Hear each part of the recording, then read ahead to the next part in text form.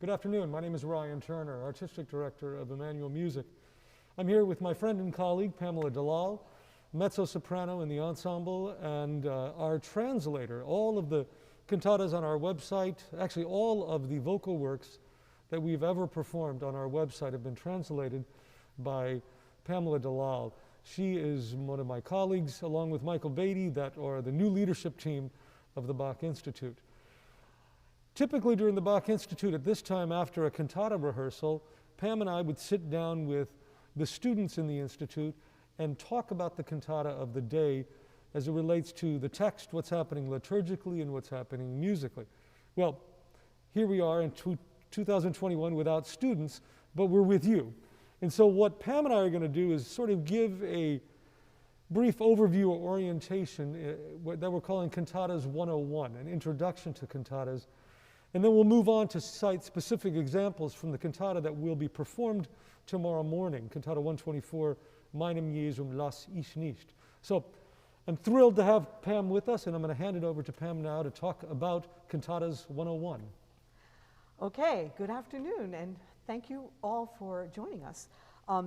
When we begin our study of Bach arias, Bach cantatas with usually a population of students, I find that there are questions that sometimes have never been addressed about basic things.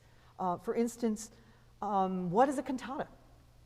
So you might think that you know and everyone has some idea, but in fact, the form of the cantata that we think of when we think of a Bach cantata is not the original form of a cantata or the only type of cantata that can be conceived. In fact, the term cantata originates in the very beginning of the 17th century in Italy, and it represents a piece of music written for voices or voices and instruments.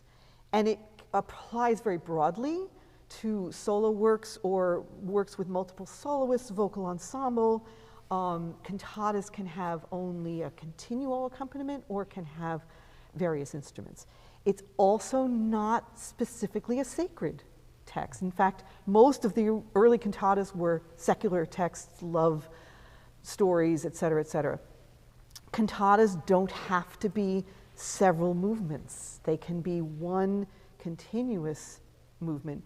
In the earlier part of the German Baroque period, you will hear cantatas that run continuously, whether they are all in one tempo or they have certain sectional changes.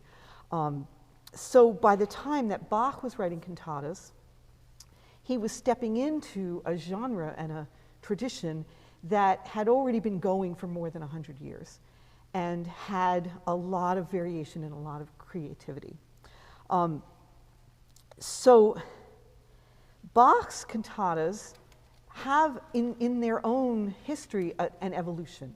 If you know his earliest works, like Cantata 106, which is Gottes Zeit, or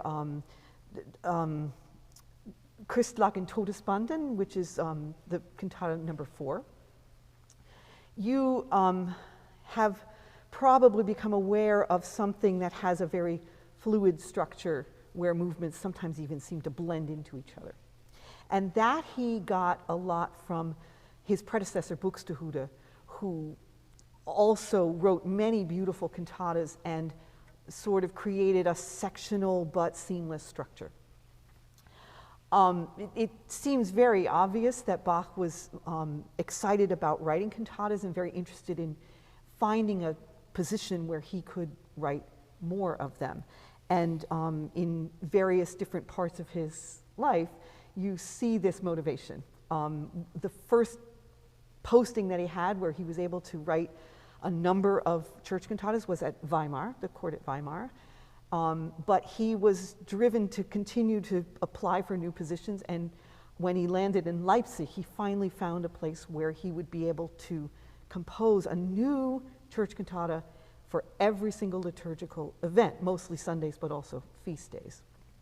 So it's exciting to engage the works that Bach writes in his first couple of years of Leipzig, because you sort of have this sense of a composer who's finally got the tools and the opportunity to use this form and develop it and make it evolve. It's often a question that I think people are confused about. Well, where do these texts come from? If you're not thinking very hard about that, you might just equate the words with Bach himself. But there is absolutely no evidence that Bach wrote any of these libretti. In fact, the evidence that we do have points to pre-existing poetry that was circulating widely in Lutheran Germany. In fact, there were a number of poets based in Leipzig who were writing these poems, possibly intending for them to be set to music, but not definitely. They were clearly meant to be devotional texts.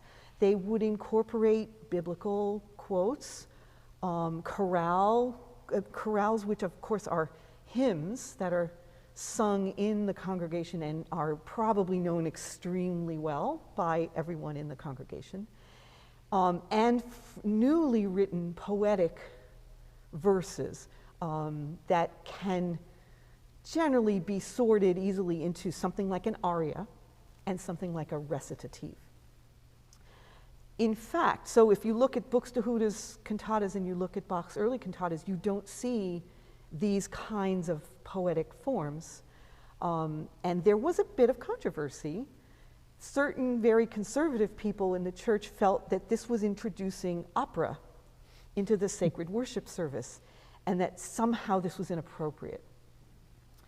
Bach was not the only composer doing this. These libretti are very clear proof that there was a sort of a groundswell of interest in dramatizing the spiritual experience. And particularly in Bach, we see something I would like to call the spiritual journey.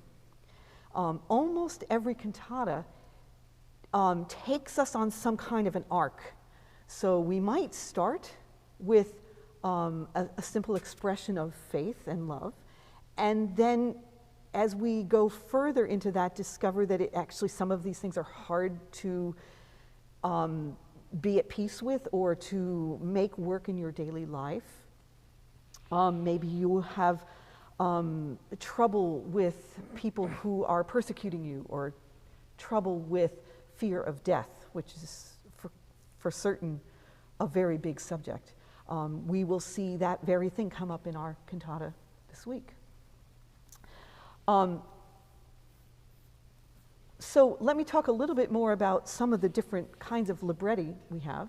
Mm-hmm. We do think that Bach cantatas have a regular form. Like, I think you might say an opening chorus, a closing chorale, and then sort of alternation of aria, recit, aria for different soloists.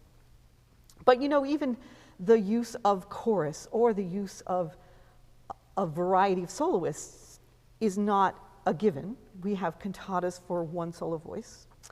We have cantatas that never use a chorus, and a few cantatas that never end with chorales. The sad thing is that even though we know that these libretti were circulating in Leipzig, we don't always know who wrote them. In the entire collection of cantatas that Bach set, I don't have an exact number, but it's probably less than 30% have a name that we can attach. Mm-hmm. And in his second year in Leipzig, so when he arrived in Leipzig in 1723, he was very excited about getting to create all these new works, but in practice he did recycle a few pieces that he had written to fill out the Sundays. By the time he got to his second year, he felt that, we assume, he felt that he was ready to challenge himself to compose a new work every week. And in fact, that is what he did. He also further challenged himself by deciding that every single cantata that he composed in this liturgical year would be structured on a chorale. And what that means is that he had a pre-existing hymn, and some poet, sadly, we will probably never know who this poet or various poets were, had created a libretto based on this hymn. In a few minutes, Ryan and I will sort of walk through how the chorale text informs the various themes of the cantata itself. But each cantata that he wrote had the same structure. Most of them started with a verbatim setting of the opening stanza of the hymn, of the chorale, in the first movement, and concluded with the final stanza in a usually much more simple four-voice harmonization. In the middle, Bach did various different things. He might use quotes from bits of the melody, or he might use, the librettist might be handing him literal quotes from stanzas that are set in an aria form or a recit form, and those quotes may or may not be associated with the melody. I think a misconception that sometimes happens when you hear the term chorale cantata, that you imagine that the melody is present in every movement. Because we think chorale fantasia and the chorale is sort of permeating the music. But that's not true. In fact, the way that the melody appears or doesn't appear in middle movements is quite diverse. And in our cantata, we don't, in fact, hear the beautiful chorale melody except in the first movement and the last movement. So I think that the basic elements of Bach's idea of what a chorale, or what a cantata is, has reached a certain point by this time, which is 1724 to 1725.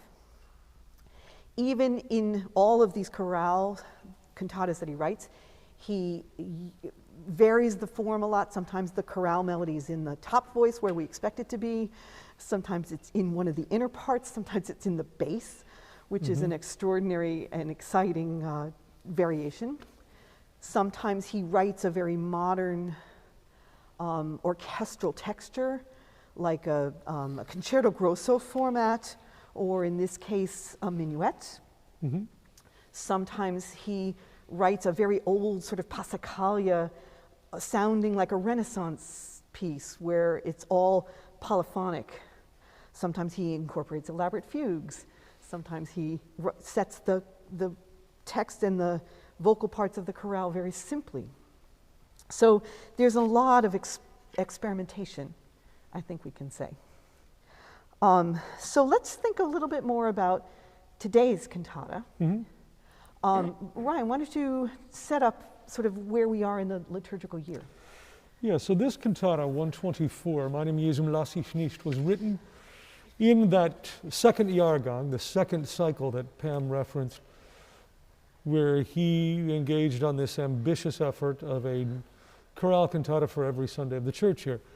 This one was premiered, first performed on the 7th of January, 1725, which was the first Sunday after Epiphany.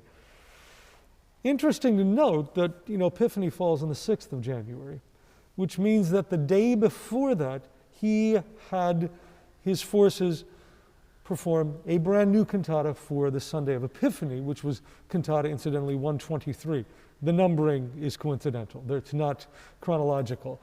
And that was, and so then he had the very next Sunday, the very next day, had to present another brand new cantata that he had just composed. So that alone to me is an astounding testament to his compositional efforts.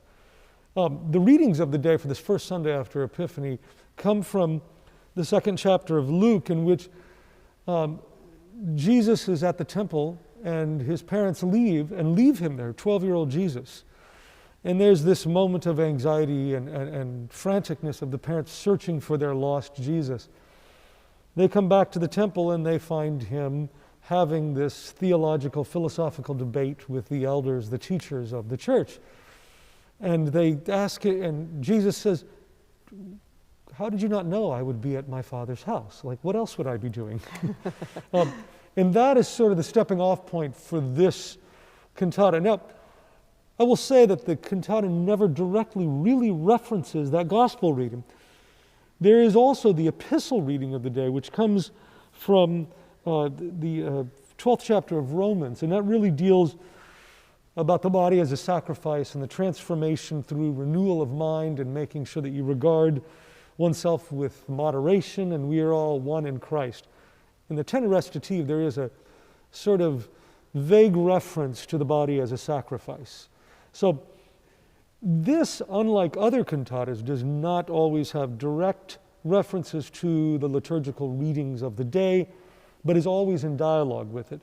And Pam will talk more about the text, but I would say this idea of, meinem Jesum lass ich nicht, my Jesus, I will never leave you, is of course the cry of the anxious parent that I will never leave my son again. So Bach's congregation, of course, would have made this reference, I think, quite easily.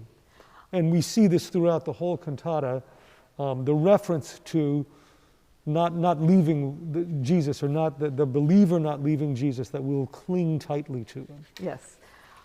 So actually, we have the text of the cantata for you to look at, and also certain relevant verses from the chorale. This particular hymn has 18 verses, but obviously not every single chorale stanza appears in libretto. So the verses that we have for you to look at pretty much correspond to the various movements that the anonymous librettist reworked. If you look at the chorale text, you'll see that the last line of every single verse is meinen Jesum lass ich nicht. So it's a refrain, kind of a mantra. And I think that it has a lot of resonances, not only the gospel story of losing Jesus, and when the bass in the recitative says the most painful loss of Jesus, that obviously has clear overtones of the Passion and the crucifixion, but it also has a little reference to this idea of where did he go? We've lost him, right? It also has a resonance of the fight of Jacob or Israel with the angel. Because in that story, he says, I will not let you go unless you bless me. It is this amazing sort of divine wrestling match. And this idea of holding on to salvation. Instead of leaving or abandoning, it's really about, I'm not going to let go. I've got you in my hands. And some of the imagery in the text, as we will see, this beautiful Klettenweiß an ihm zu kleben. I'm going to stick to him like a burr. Kind of has not only this very powerful quality, but it's also very, very simple language. It's language that anyone can relate to, because it refers to sort of everyday things. And I think that particular character of the hymn is carried over into this libretto. It makes me so sad that we don't know who these librettists were, because some of the libretti of the chorale cantatas are really quite elaborately worked and very, very beautifully structured. So what we see, if we look at the chorale, first verse is, as I said, sung verbatim in the cantata. In the second verse, I have all the confidence I have given of what I am. Sounds very positive. As long as I live on earth. That's the hint. Because the third verse goes right into this image of what it will mean when I'm going to leave the earth. In other words, when I die. Let the last day's light of the world reach me as the thread of life breaks. No matter what I'm going to experience What is going to remain constant, as that last line reminds us, is, I will not let go of Jesus. And we do hear precisely that imagery in the tenor aria, where the tenor aria really plunges us into a visceral, real-time experience of dying. But the librettist does maintain that last line so that we feel the connection between how the chorale explains or goes through this experience and how the librettist has reworked it. Then, as I mentioned, in the recitative, the bass takes this idea of death being a frightening experience and starts to take us on a different perspective by saying, but the world is terrible. I have so much hardship, and when I'm here on earth, I feel that I've lost Jesus. So why shouldn't I want to rejoin him? Why shouldn't I want to go to that place where faith and hope are resplendent? Prangen, this beautiful German word, after my completed course. So this is the turning point of the cantata. And this is what I meant earlier when I talked about a journey, because we started with this wonderful, confident, I'm sticking with Jesus. Then we discover that as you live your life, it's not always easy to do that, especially when you think about dying, because dying is the most existential crisis that a living being can experience. But as we discover, maybe dying isn't so bad. If what it means is I can be reunited with Jesus. And that brings us to, if we look back at the chorale text, we see those same themes being worked out. So in the fourth verse of the chorale, we say, I won't leave him when I've actually reached that place where I am before his face, vor seinem Angesicht, right? God is always the way we refer to that, but God and Jesus being one. And then the fifth verse tells us, that's what I'm going to do. This is definitely what I want to do. I want to get out of here. I want to get to Jesus as soon as I can. So it's a sort of conclusion of how I'm going to go through life, because instead of being afraid of death, it's a good thing. And why not let it come quickly? So in the cantata, the poet has given us this sense of hurry, islands, let's get this over with kind of thing. You will find in heaven your true delight. And this is what's going to revive or refresh your longing heart. So it's an interesting little arc. It actually sounds rather simplistic when you describe it, but of course, the genius of Bach's cantatas is that there's always so much being said by the music, the forms that he chooses, the harmonies that he chooses, the textures. That's great. Yeah, I want to pick up on a few strands that you brought up and see how we can weave it into what's happening in the score. The first one is this concept of journey, of a spiritual journey, and I would say a musical journey. And in this cantata specifically, the opening chorus starts with three disparate elements. We have the strings that are playing a minuet. We have the oboe, which is d'amore, which is essentially an oboe d'amore concerto. And then we have the block chorale tune with some imitation and suspensions happening in the singing. We have three disparate elements.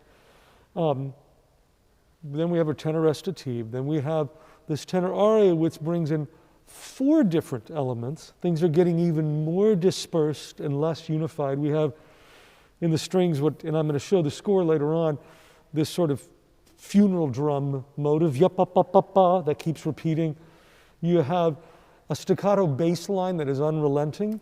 You have the voice, which is singing this rather tortured melody with huge odd leaps that suddenly when we hear an octave, the octave sounds so strange because we've gotten used to major sevenths and odd leaps, etc. And then you have the oboe in that aria, which plays this sort of wide-arching, rather lyrical melody. I mean, these four disparate elements, again, that we're getting further away from union with God. And I think the tenor aria takes us really far, and then we get to the bass recit. The first 6 or 7 measures of that, most of the tones used in the continuo line are chromatic tones. They're non-diatonic pitches. He's taken us further and further away. It's the point right before, I think, the parents find the child. And then there's this moment of incredible repose and release that happens in the bass recitative when the believer recognizes, oh, I can hold on to you even in death. And that leads us into the soprano-alto duet, which is this sort of, I mean, it's complete joyful abandon.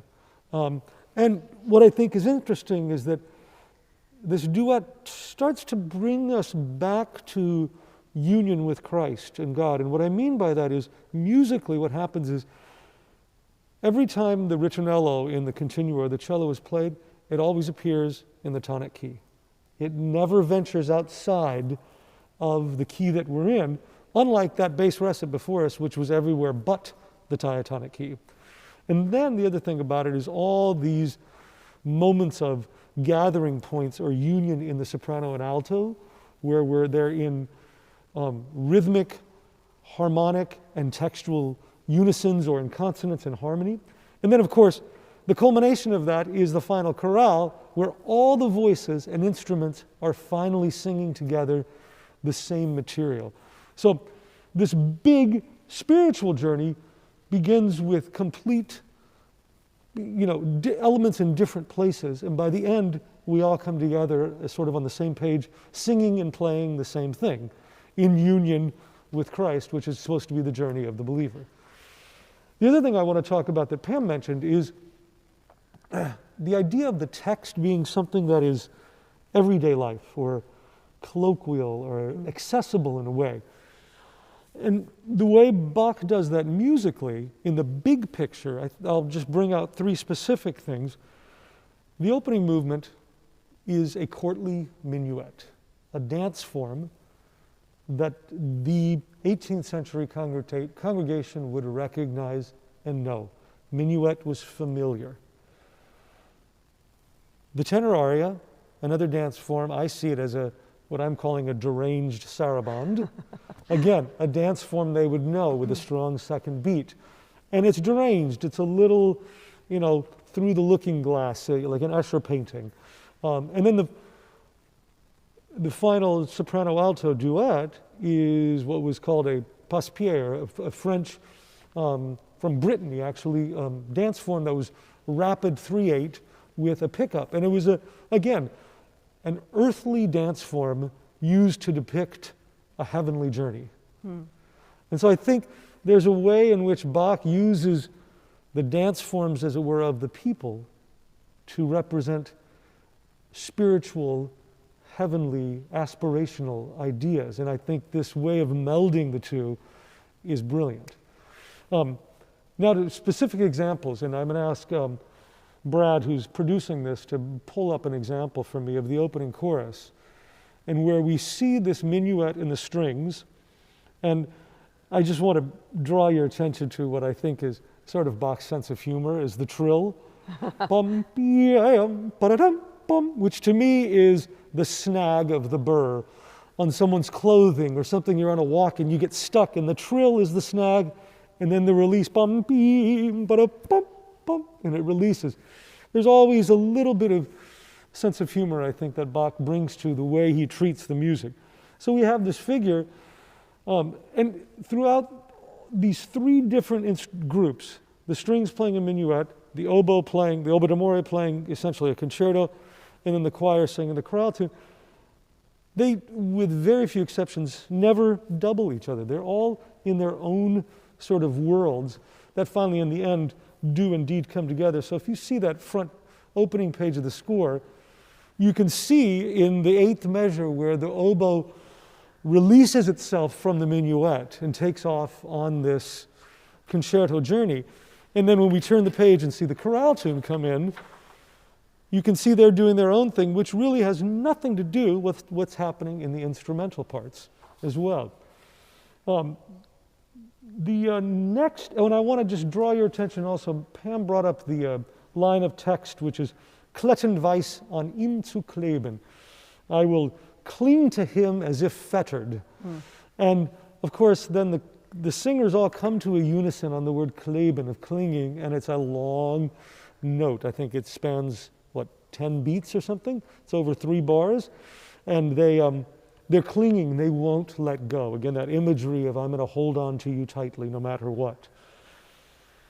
The tenor recitative, as I mentioned, there are references in the second half of it, the epistle lesson, the idea of the body as a sacrifice, which then leads us into the third movement. And Brad, if you can bring that up, what I am calling a deranged saraband. And just to go through these 3 figures as you see it on the page there, you can see Bach actually writes, which he doesn't write often, he writes staccato in the bass line.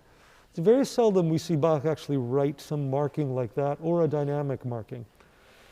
So we have the staccato happening, and then we have in the strings, pa pa pa pa, pa pa pa pa, and I see this as this unrelenting funeral drum that is the reminder of the blow of death, the harsh death blow that the tenor is about to sing about.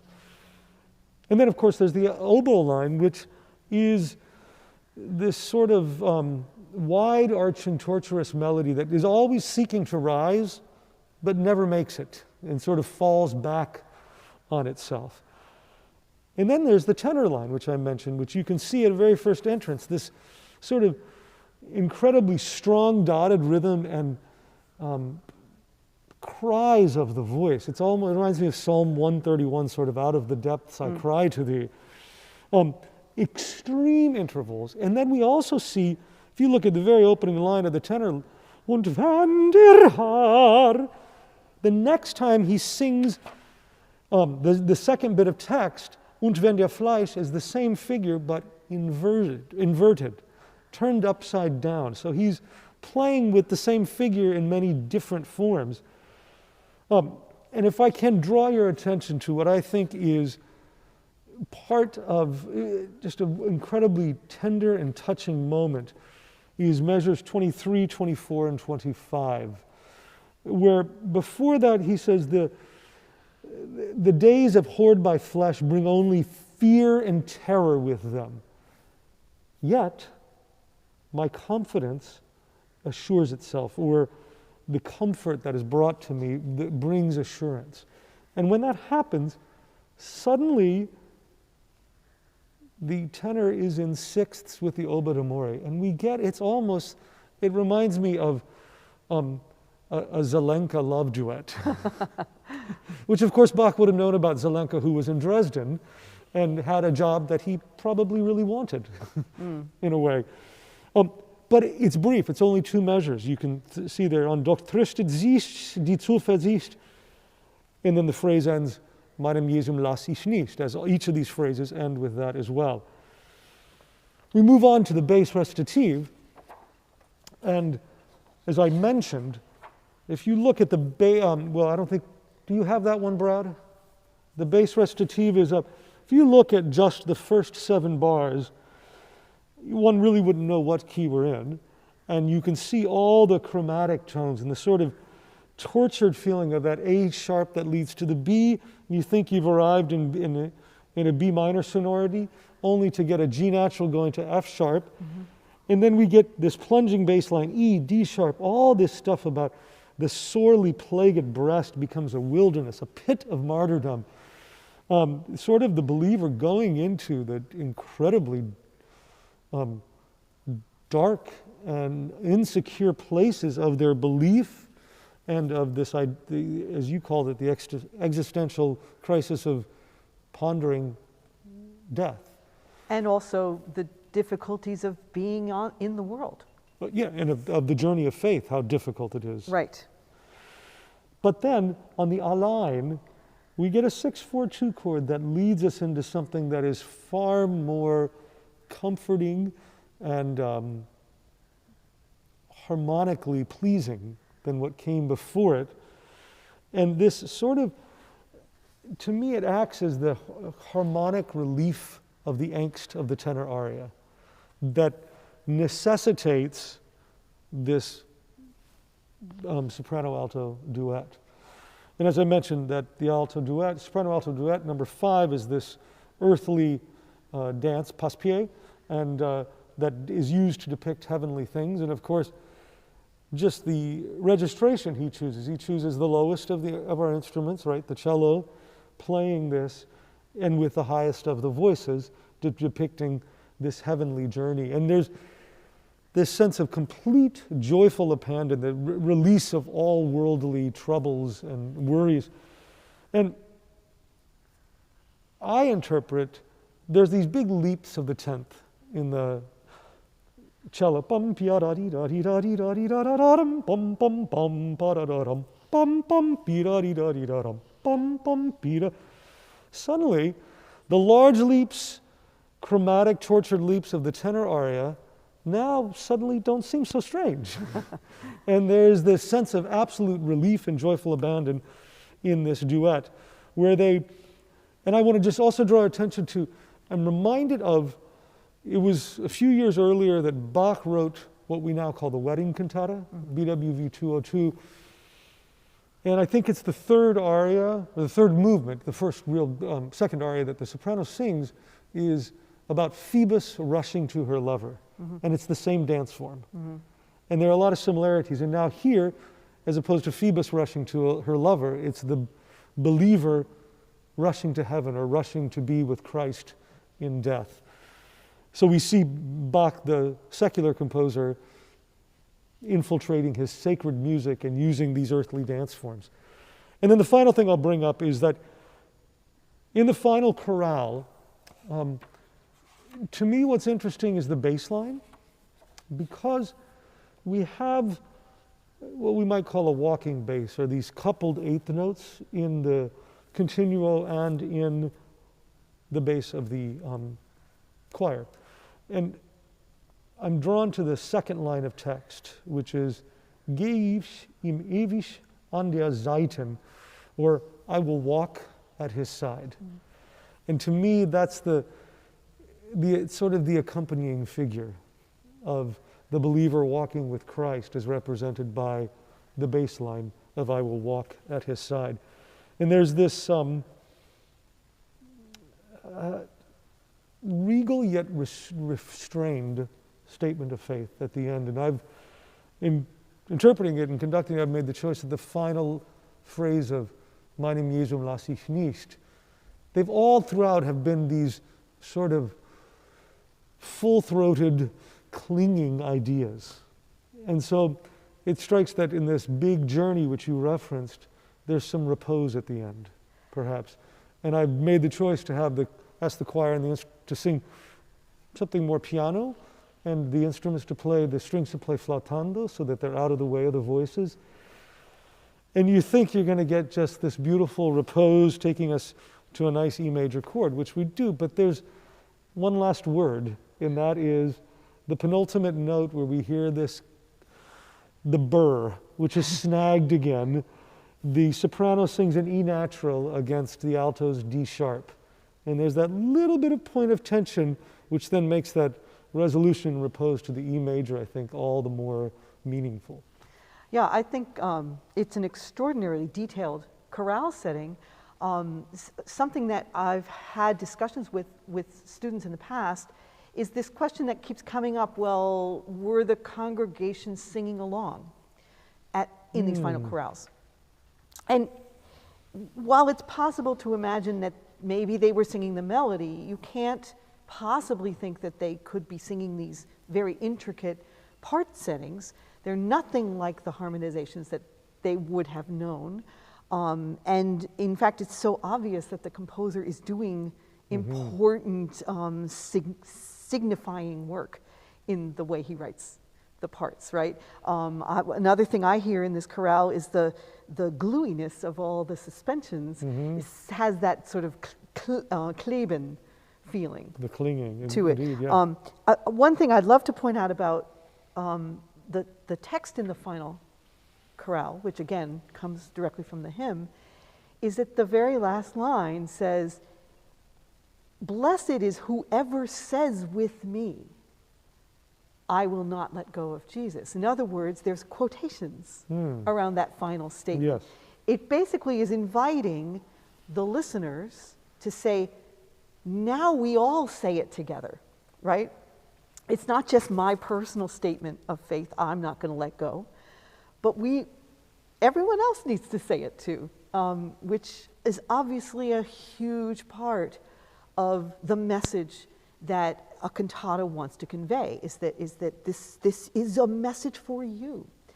And if Ryan will indulge me, I want to walk back through some of the movements that he went through, and I want to talk about a question that comes up a lot in Baroque music, which is this idea of text painting.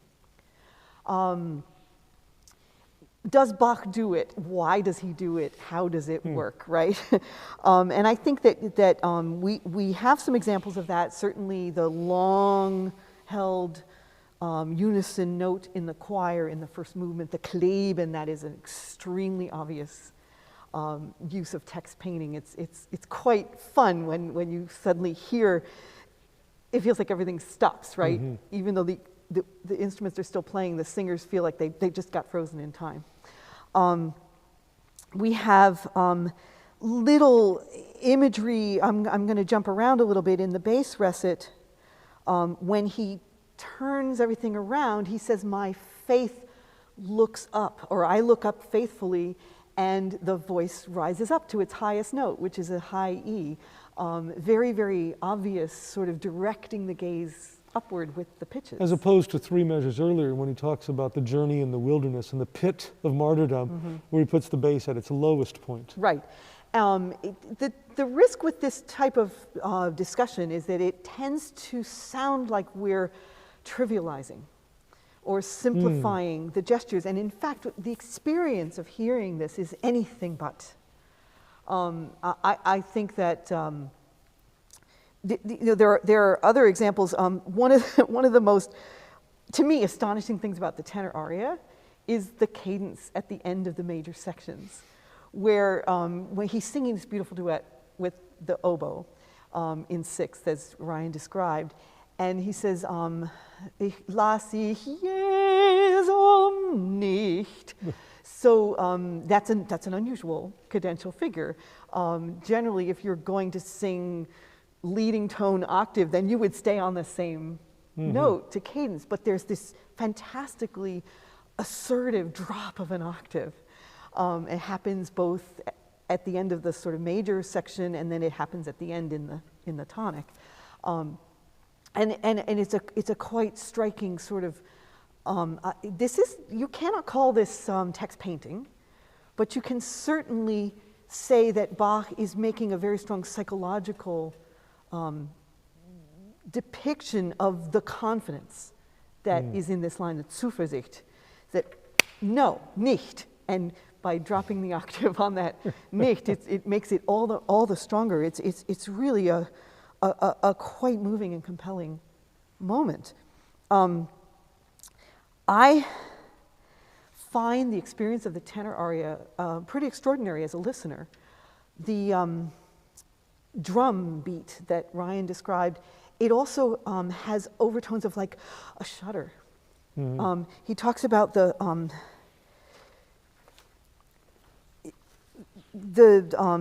sense is weakening, and my Glieder rühret, which means my limbs are stirring, but it could be trembling. Yeah, it talks about the fear and terror as well, yes. And I think that what is really extraordinary about the way that that Bach embodies these imagery is that they can become, I'm going to use a fancy word here, multisemiotic. They can represent many things at the same time. Mm-hmm. So when we talk about text painting or sort of elaborating things, it's not a one-to-one so much, but it's sort of opening up things that in the experience of the music, you find yourself participating. I believe that Bach, at his very greatest, is trying to bring the listener into the experience by the power of what he's doing. The sense that we feel confused or betrayed even by a harmonic gesture that doesn't go where we expect it to go, or that we are following one melodic line and then we lose it. You know, it gets buried in something else. Those are the moments when I think that the composer pulls us out of our sort of safe place and puts us in the middle of the action. I obviously focus a lot on words, and I think, you know, we don't want to lose track of the message and the story that Bach is you know, using as his framework. But I think that these pieces would not be interesting to us if we didn't have Bach's music, right? It's not the text itself that we are interested in. What's interesting is how Bach uses this you know, amazing, unparalleled gift that he had for making the notes do what he wanted them to do in order to create moments that are so vivid and personal that they grab you in the moment and they force you to participate. Mm-hmm. Indeed. I'm looking at my phone here because I'm getting questions fed to me from Brad. Oh, well, let's so move to I think this is a great time to transition into that. And somebody wrote, and I think it also feels really compelling to sing this music, let alone listen to it, that there's, it ties into this constant concern for an uncertain future that we're all struggling with right now. One specific question is, would you explain the different formatting of the cantata translations?